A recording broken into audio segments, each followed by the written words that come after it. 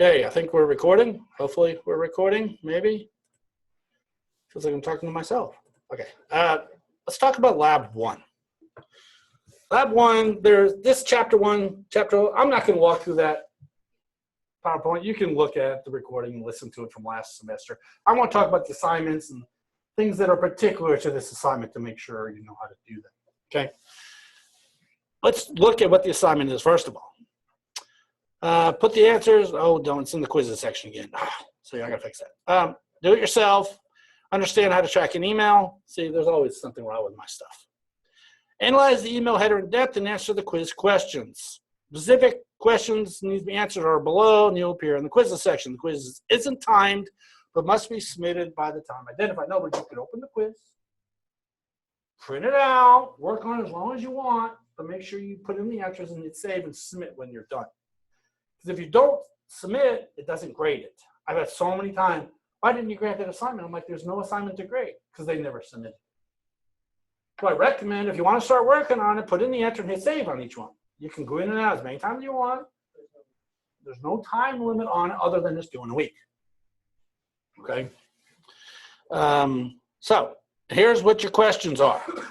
Email header goes here. There's multiple different emails. First question, using the above image to answer the following questions. What is the secondary domain the email originated from? You just said this, but you can go back and you can back out. Yeah, you can go in as many times as you want. You can literally go in, answer this first question, hit save. As long as you don't hit submit at the very Correct. end. You can, okay. I recommend saving them. I mean, you can write them on a piece of paper and do them all one time. That's fine. It will save them as you go. Just submit when you're done. Okay. Let's talk a little bit about DNS. So what's the domain name? So let me give you an example. Google.com. What is .com? What part of the name is that? Commercial. That was the original plan. It was for commercial. But it's actually called the top level domain. Okay. We have what's called the root domain. That's identified by a period. Let me explain the way this works. So I'm going to type in, I'm going to go to this awesome website, which if you've never been here, you're going to love it. Zombocom. Welcome to Zombocom. Okay. This is... Okay, if you've never been there, you need to go there. It's pretty awesome. It goes on forever. Finally, at the very end, it tells you buy a t-shirt. So I typed in Zombocom. First thing my computer did was it said, hey, it looks internal at its own cache and says, have I ever been to Zombocom? Since it was just re-imaged, probably not. So it's like, well, I don't have a clue. So then it looks in its own host file, which is not listed there as well. And then after that, it asks its DNS server. Now I can find out my DNS server by going to the command prompt. I typed in CMD for command.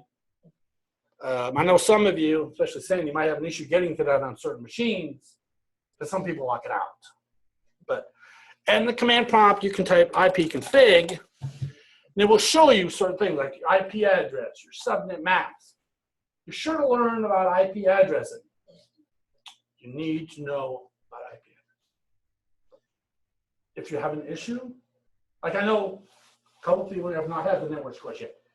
If I'm assigning something in a course you haven't had, please get with me individually and I will tell you a link how to figure it out or talk to you about it or something.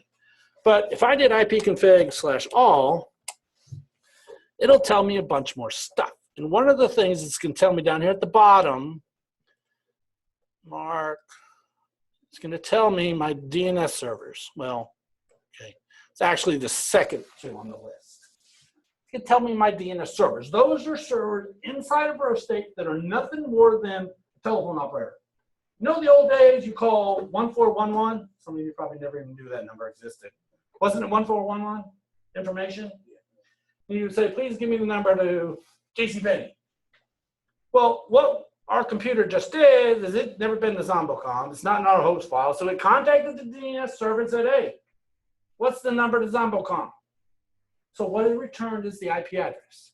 Zombo.com is the friendly name. Their number could change all the time. Okay, it's like my house. I live at 8412 Treeline.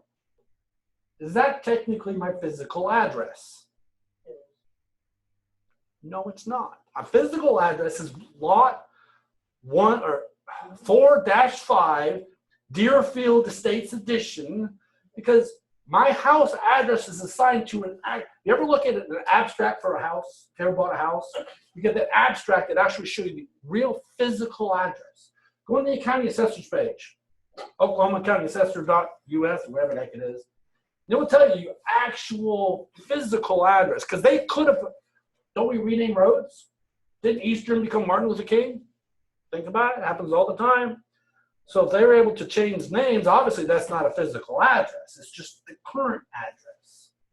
So I also took a real estate course that helped with that. But point is, 8412 Tree Line Drive is my house address, but it's not really the permanent address of my residence, because I could change it. Just right there. So ZomboCom is the friendly name. The 10.1.3 is our DNS server. That's the phone book. We asked them. Then what they did, I did something called NS Lookup, stands for Name Server Lookup. I said, hey, what is the address for ZomboCom? And this top, let me see if I can make this a little bigger. Font, let's go to Lucidia. It'll give us a 20. Better? Okay, so I typed in NS Lookup Zombo.com. First thing it did is it came back and told me which server it used. And if you can see, 10.1.3.20 is my first server. So that's my first server. And it got a non-authoritative answer. In other words, you're arguing about it. The reason is I just went there a minute ago. So if I did NS, what's some really bizarre domain? Anyone know of any that no one has ever been to? Nothing including porn. Keanu Reeves from Mortal.com. I don't know how to spell that. Let's do MySpace. Well, okay. If I could find a domain that is no one has searched inside of Rose State, it would not say non-authoritative. It would literally just give me the address.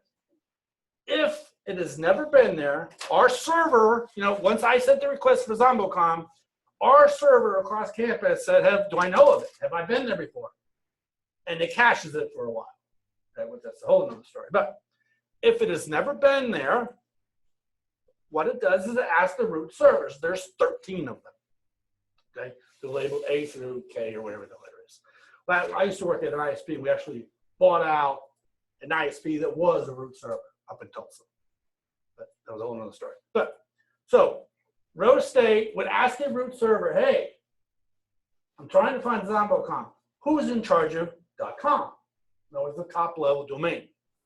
So then the root server would tell our server, hey, if you want to find out about a .com, go talk to Josh. So Josh is now in charge of all top level domains in the world.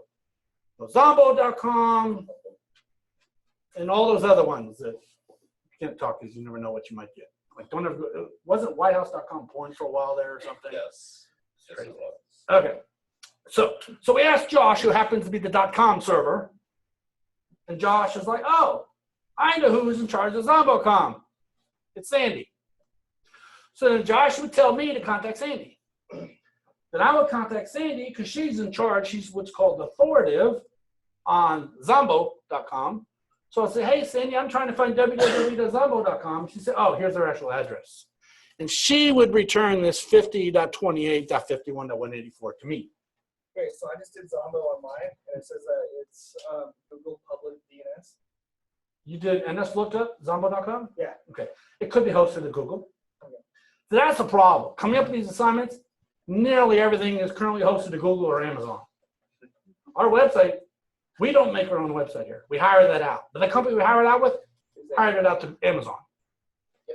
Amazon Web Services, y'all know why it's so popular? Well, they built their infrastructure for one time of the year. When did they build it for? Christmas. And they're like, what am I going to do for the rest of the year? Farming out, they sold it to everybody. So that's one aspect. So Zombo.com, what is the top level domain? Okay. What is the secondary domain? Zombo. Anybody can get that wrong. All right. Yes, I will. What is the IP address of the email originator from? I'm going to, I need an email. Actually, I got a sample email in there, don't I? I think I do. If I can get this to, oh, I need this one. Sorry, clicked on the wrong one. I'm gonna go back over here to a sample email, and we're gonna open up this one. Oh, I can't, seriously, I don't have the text file in there. Please tell me I do. Is it an empty zip? Oh, no, there's some. Download, if you did it open. Well, let's see if this will open. It probably won't open. Oh, hold on. Do you want to step it out? No, I do not. Use Outlook without email. Should open. Okay, here's my email. Okay, inside of Outlook, I would go to File, Properties, and down here, I would see this header. So I'm going to take that and copy it. I'm going to stick it over here in Notepad. And I'm going to select it all, format the font, make it large. Lucidia is good, 20 is good. This is an email header, okay? Whenever you receive an email, so I'm going to send Josh an email. Every time it goes to a server, it keeps getting stuff appended to it. Each one of you get assigned one of these, okay? Yours will be different from this one. Let's look at this a little bit. So the subject line is that, okay? First command bang. So who did this email come from? Right, so what's the top level domain? .com, and secondary is first command bang. Okay, easy enough there. So there's our subject. When did the email start? It actually started here. Now this is basically military time, but this is the time zone. So the email started at 1743:37. And if I scroll all the way up, it got there at 1943:46. So 1743:47 to 1943:46. How long did it take to get there? Because it changed time zones on you. So change time zones. So it took. So really, all we really need to look at is the 43:37 and 43:46. Wait, what? That's when it received? It left at 37. It left there at 37. It received, it got it, it's backwards. So the top is the last. Right. It left at 37, it arrived at 46. How long did it take? So it would have been 6 plus 3 is 9. That's all I was thinking. Did I get that? So many people get that wrong. Y'all see how I did that? It always reads backwards from when it started to when I received it. Subtraction. Very difficult. I mean, who cares about the hours? I mean, unless it literally took hours. That must be. Okay, so let's continue looking at it. It came to Ken Dewey. The reply to. Do you ever get an email that says, don't reply to this email that comes from junk mail? So they could really put in anything. You know, if I took a letter and put it in an envelope, and I want to send it to Josh, then so I happen to know his name, so I can use it. So I'm going to send an email to an actual letter. You know those things in an envelope, put a stamp in the corner. But I want to send it for free. I'm going to put it in an envelope. I'm going to send it to Josh. Top left corner, what goes there? Return address. I'm going to put Josh's address in there. So they're going to try to send it to Josh. Then they're like, oh, no steps. So they're going to send it back to Josh and say it needs postage. We get them for free. Yes, it does work. Yeah, it does. But I'm just saying it does work. I actually had a couple people that work for the Postal Service. Like, yes, it does work. So I like it when I get some returned to whatever and needs more money. I don't want that. Especially like order a lot of stuff on Amazon. You know, sometimes it comes from China. Sometimes they don't put enough postage. Like, I reject it. It was funny. They kept trying to deliver to me for like 5 cents. I'm like, no, I'm not paying for it. So I made them say, all the way back to China. Then all the way back again. I'm not paying that 5 cents. Okay, so I mean like that. Okay. Now, see this right here? We need to talk about some IP addresses. A lot of people, I literally think nearly every person of the 8 of them that have already submitted this got this wrong. There's internal and external addresses. Okay. The ones that are internal, I'm going to write them. I'm just going to stick them in the middle here. 127.0.0.1 is what's called a loopback. That is basically if I'm going to test my machine, I can send a ping, or in other words, I can test connectivity to that address. That's really just telling if my machine's working. So that's internal. You agree that's internal? Okay. Anything that begins with a 10 is internal. Like Rose State's address are all 10s. You cannot send something to a 10 address outside the network. You can't get there. It'll hit our routers and it'll be like, no, you're internal. You stay inside. It's like your kids, stay in the house. So think of your kids are internal beings. So 10s are internal. 172 dot, I think it's 16, or 172s are internal as well. 192.168 is internal as well. You see any of these addresses, they're internal. And I'm asking you for external. Do not give me internal address. You will get 0 credit. Okay? So looking at this email, I asked you what is the first external IP address. So do you give me this one right here? No, because it's internal. What has probably happened, this machine, this bitstatements.org, is probably a mailing list generator machine that generated the email and is now sending it to an SMTP service and send it out. So it hasn't even left the machine at this point. So it was received from itself by this guy. Okay? So he could be external. He could be. Well, one way I can figure that out is I can go in here and I can do, see if I can get it all on the screen at the same time. Happens to be at the top as well. And let's look up dolce.bit.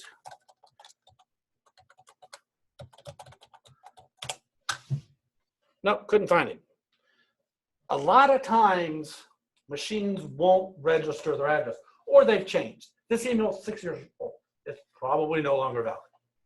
This one, I know that's why. Okay, but a lot of times, and I make sure all of yours work. At least a week ago they worked. It could be invalid now, but they all should return an actual address. But looking at this header, so we know it came from here. So it went from that address to this guy. Then it went from that address. In other words, it keeps adding to this header. Every time it leaves something and goes to another machine, another process, it's always adding to it. Okay?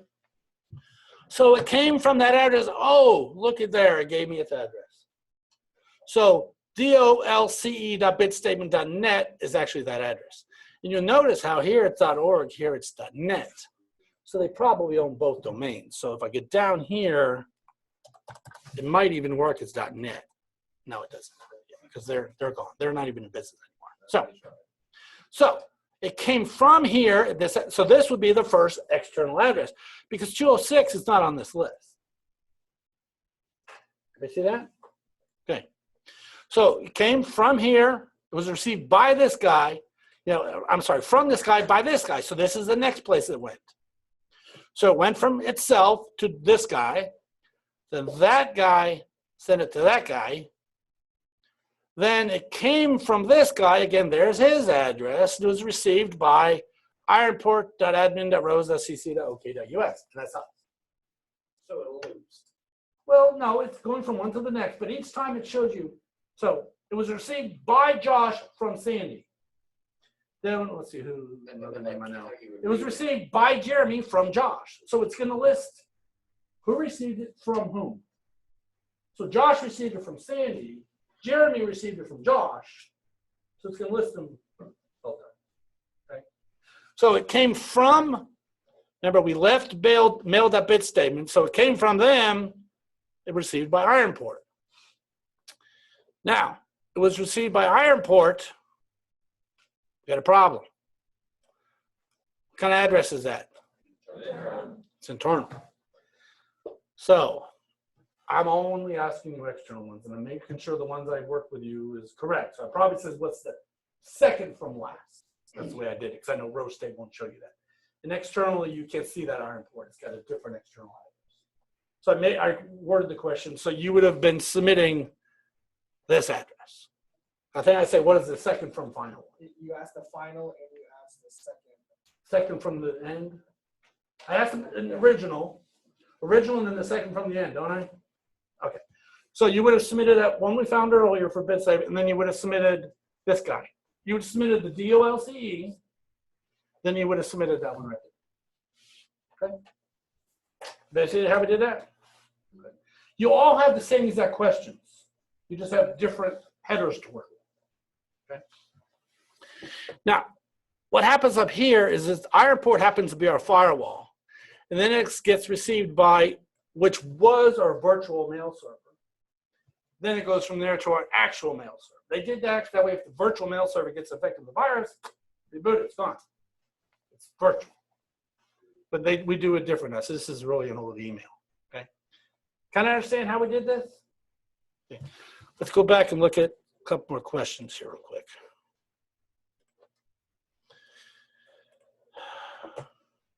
Okay, what's the IP address or email originated from? Now here's how I want you to give it to me. This, in other words, the number dot. Okay. I tried to think of every conceivable way you could enter it. But you guys are gonna baffle me again, I'm sure. Someone's gonna say, it came from the IP address starting. That's what you're gonna do. You know, some of you. I've had some submit with colon. I have some people submit with dashes. But I mean, I'm not. You wouldn't believe some of the stuff I get. You got the example there. You put it either way. Okay. And here, what I'm asking: the final external address. So, what's the last external address you can see? Yeah, this one would be 206. Okay. What is the second external address? So, in other words, it started here. Where did it go next? Okay. So just follow them along. If you can't find an answer, because there could be, I might have messed up when I made yours. But hey, you know what? Here's what it's asking me, and I cannot get this for nothing. I can go in and look at your quiz and make sure it's correct. Because the problem is, a lot of things right now literally start at Amazon and get delivered here. So, well, that sucks. Because Amazon is like, it doesn't have to go through many servers because Amazon is it. You know Netflix on Amazon? You don't know that? Yep.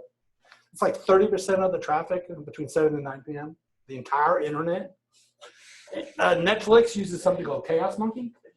I'll explain what that is. A lot of people complain about Netflix, but can you imagine working in Netflix and you get a complaint, hey, I was watching Ice Road Truckers, season 5, episode 12, and 18 minutes in it buffered. How are they ever going to be able to troubleshoot that? They can't. First of all, you've moved on anyway since then. You're not going to care again. So what Chaos Monkey does is it randomly turns off stuff. It literally turns an entire server rack off, an entire switch off, and makes sure the redundancy can pick up. You remember I told you those 13 root servers? There was a virus about 2 years ago. Took down 11 of them. 11 out of 13 went down. Guess what happened to the internet? Nothing. Total redundancy. There's 13 of them. 2 did just fine. Because the problem is, remember I told you our server contacted the root and said, where's .com at?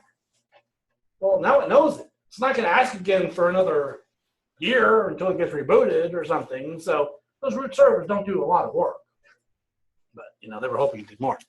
Okay, what is the admin contact zip code? Well, let's talk about, first of all, I'm going to show you a couple of different things. Okay, there's a couple of websites you need. ARIN.net, ARIN.net. I'm going to take an address. These addresses will not be valid any longer, but I'm going to use, where's that first one we saw? The 206, there it is. I'm going to take 206, and I'm going to put it up here and search for ARIN. ARIN is the American Registry for Internet Numbers. In other words, all the addresses, it'll tell you who's got them. So I put in that address, and it comes back and tells me that address is actually assigned to XO Communications, right here.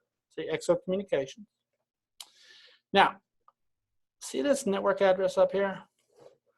Well, if there happens to be a question, right? Let me find it. I missed it. What is the network address in CIDR notation where the email originated from? So since we know this email originated from there, so we go to Aaron.net, put in where it originated from, and it tells me that address belongs to this block of addresses. The next line down has the CIDR notation. Done, solve the answer. Easy enough? Stands for classless interdomain routing. If you'd like to hear about, our cybersecurity clubs are going to start meeting again on Mondays at 5:30. I will be recording them on Zoom or posting them live. Think of stuff you want me to cover. If you want me to cover CIDR, subnetting, I am totally down with that. Probably 200. I don't know the exact room. I submitted the request for 2 different rooms to the dean over the holidays, and they haven't got back with me, tell me which one yet. I'll let you know. Mondays at 5:30. But think of questions. Please, I need to have questions. And if you want me to explain subnetting, no problem. Want me to explain CIDR? No problem. Want me to explain Aaron? No problem. Because trust me, if I get there and there's no questions, it's going to be very boring. Okay?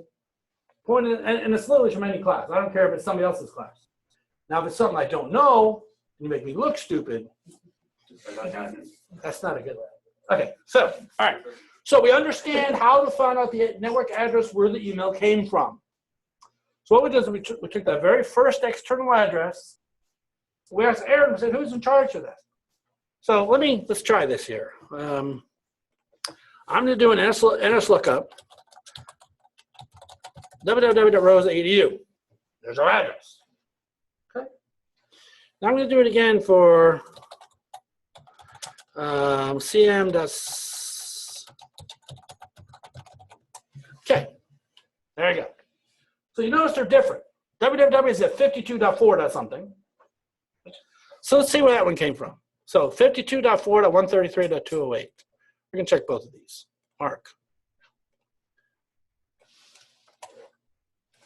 Let's see who's in charge of that address. That address happens to be in charge by Amazon Technologies. So who hosts our website? Amazon. See how we figured that out quite easily? Now let's look at the second address. 164. That's my cyber lab upstairs. Now I can tell you without hitting this button that our address is in Rose State. It's assigned to us through Higher Regions, whatever their name is, OneNet. But it's really our connections through Cox. So what address is going to show up? OneNet. Because Cox really assigns, it sucks, okay? It's not always a clear-cut answer.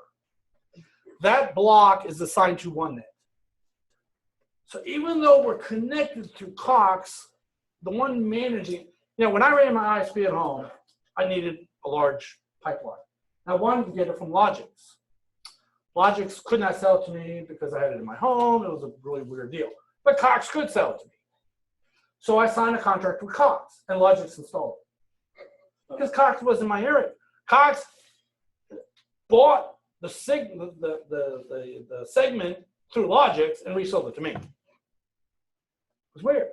So even though Logix couldn't do it, they ended up doing it, but really it was through Cox. So it's tough. But so our address is actually OneNet, but our connection is through Cox. So it's kind of an issue. So is OneNet like business-wise an ISP? Yes, it is. It is higher educations. So Mid-Del, every school in Oklahoma, OneNet. Okay. And if you looked at like a school in Kansas, theirs is like KSNet or something. Okay. Yeah. Okay. So that's what that is. That's how you're going to get the CIDR. Now I want to register a domain name. I want to get a new name. It's going to be ilovesiscophones.com. Okay. So where could I do that at? GoDaddy. I could do Network Solutions. I could do Google now. Amazon. Actually, you can do Amazon. You literally get a domain from anybody. So we're going to get GoDaddy. Just because they have Danica, whatever her face is, and she has good commercials. Okay, so we're going to go down here, and I'm going to do a who is search. You know what? I'm going to find out who's in charge of Zombocom. Nick's going to come back and say, first of all, are you a robot? No. Say all squares with street signs. I love this. This is, Assuming that's a street sign? yeah. That's new. I've never seen this Oh, one. one. Street signs. Now, was it just that one or did you need that one too? You better take that one. You think I need that one? Okay. Okay. So ZomboCom right here, zombo.com. Here's the registrant. See, we got a registrar. Let me explain what a registrar is. You register through a registrar. Kind of like you go to Rose State, you register through a registrar. The registrant is who registered it. You came and registered for school. You were the registrant. The registrar is Rose State. See the difference here? So the registrant was ZomboCom. The registrars through Network Solutions. Now we know who they got it from. We have their admin name, Josh Levine. Very bad idea to put a name in here. They don't know why. Josh might leave. Josh leaves, now what happens? I actually took care of a Dixie Air title service. The owner's husband did everything, had his name account on it. The dude literally died. No warrant, just died. The domain name expired. Try renewing a domain name for a dead guy. He registered through Australia. Oh, it was really tough. So it's bad doing things through names. A better option would be admin@zombo.com, something like that. So then at least it's a generic, so at least the email would come from or something, you know? Yeah, and so here's his zip code, here's his phone number. So here's the technical contact. He's also the technical contact. He's from California. So if I asked you, hold on. What is the admin contact zip or postal code for the domain this email came from? Which domain did this email come from?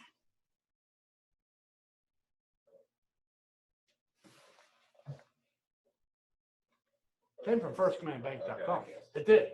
It was processed through bitstatements.org. It really came through firstcommandbank.com. Okay? Don't tell me bitstatements.org. Somebody did. It's like it really came from First Command. It was really going out through the other ones. It was really an email from First Command Bank. Okay, so you see how to find that address.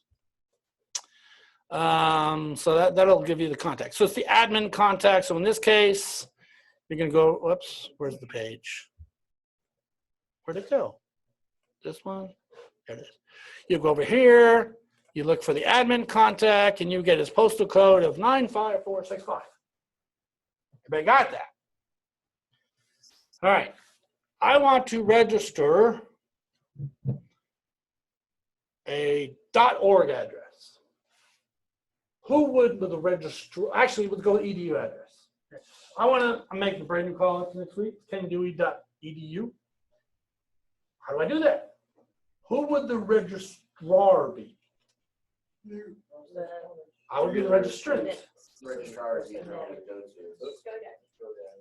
to. Okay. How do I register a .edu address? First of all, I can't through GoDaddy, by the way.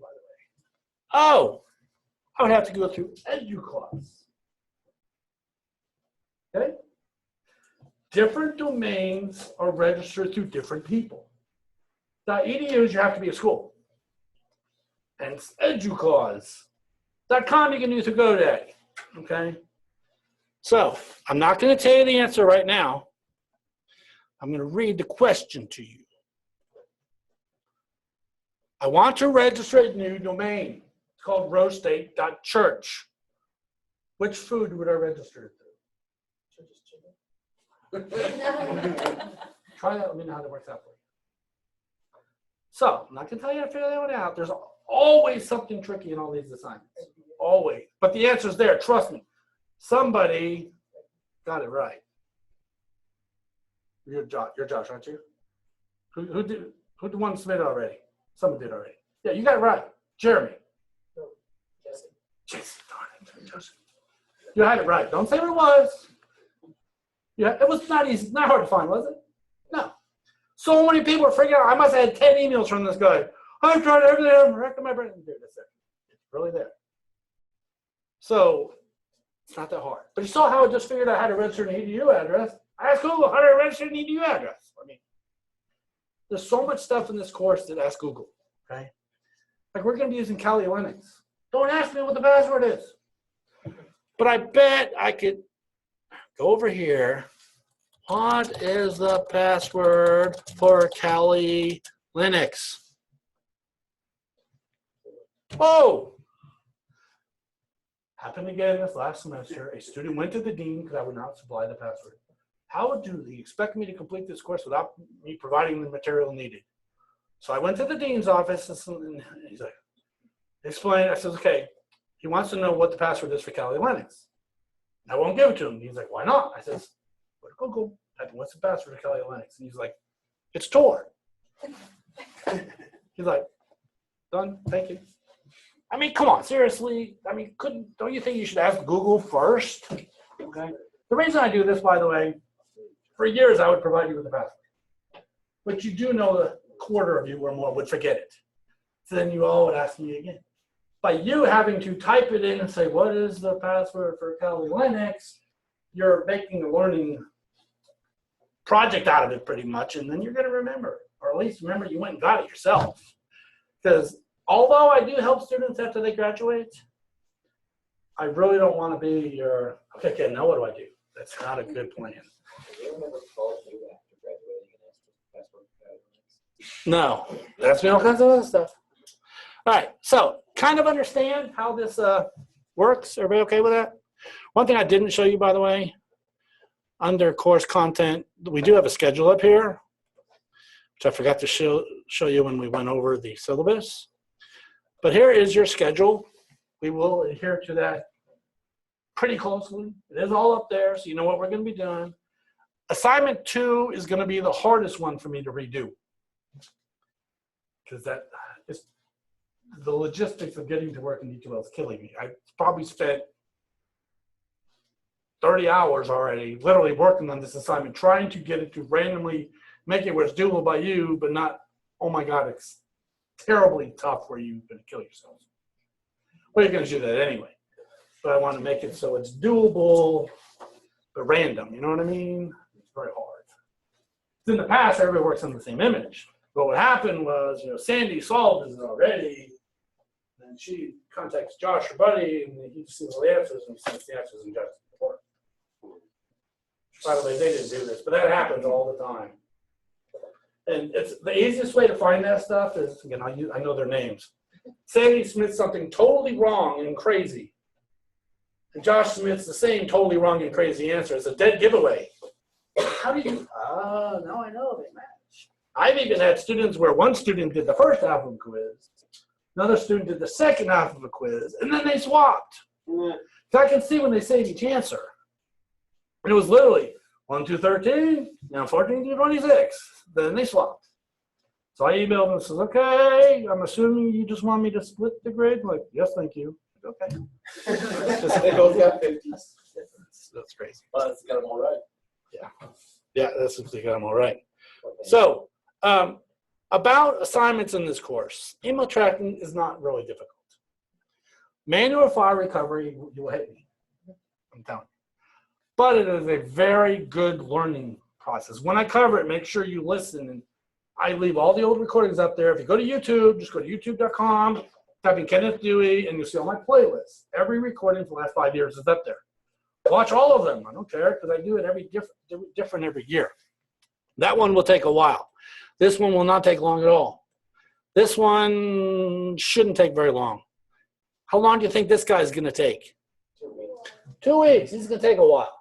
The deal with John the Ripper is you've got to come up with a rule and say, go. You can let it run for a day. But it's not like you're there working the entire day. You're letting the rule process. So it's not that you're going to be the manual file recovery, you're going to be there for the entire time. It's not once you learn how to do it, I'm going to show you a couple of tricks to make it very easy. Okay. Network scanning, simple. Online plaster breaking, simple as well. Active memory capture, pretty simple. But why did I give you an extra week in here? Maybe I might have done that. No, spring break's up there. That one's easy. That one's easy. This one has been known to take an excessive amount of time, but I've been trying to redo it so it doesn't take an excessive amount of time. And this one's easy. So I will tell you ahead of time how long the project should take. Manual file recovery, I spent 80 hours. Now, I did it over and over with many different tools until I really could understand it. You don't have to do that. So, okay, but it's fun. I mean, you'll literally love this when you get done with that. It's the coolest thing I've ever done in my life. So, it's easy. Okay. So, everybody okay on where we're at? Anybody gonna drop yet? Because we got a full room. We could use some seats. So, all right, and no other questions on anything. Not yet. Okay. So yeah, work on the email one. I'm pretty sure they're good, except some of the headers. I literally started like 20 headers. I'm down to only have 5 because a lot of them, the domains weren't valid anymore. And I'm trying this new thing where I try to make sure it actually works before I send it to you. Imagine that. It makes it a lot easier. It's funny. I think it was John the Ripper a few years ago. I didn't give them the part they needed to solve it. It was my fault totally. I had a student came to me, and by the way, this room 131 is going to be our forensics lounge here very shortly, within probably 2 weeks. You can be able to go in there and play on the computers, do whatever you want. I literally, no joke, had people spending weekends up here. They come up on Thursday and be here through Sunday. Let security know they'd order pizzas, bring in sleeping bags. But this guy's like, Ken, I've been working the entire week and I've done this and this and this and this and all this stuff and it won't work. I'm like, Oh, because you need this. I'm Gotcha. so bad. I gave you the wrong word. I would just be like, oh, it's okay. Don't worry. But I'll tell you, the guy goes, you know, because that was the coolest project ever. He goes, I learned so much about it. Because when I did John the Ripper in Tulsa, you see, I give you 2 weeks. It took 5 minutes.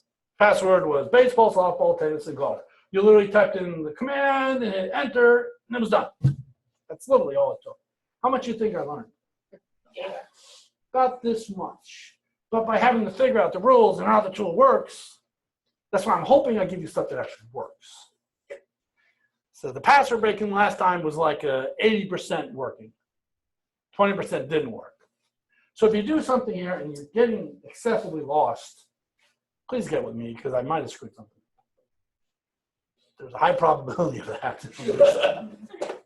So how soon will you be able to get the recording up for tonight? Tonight? I'm planning on putting it up right away before I go home. I got my mother-in-law at my house. I might be here all night. Rough class. Okay, let me stop this.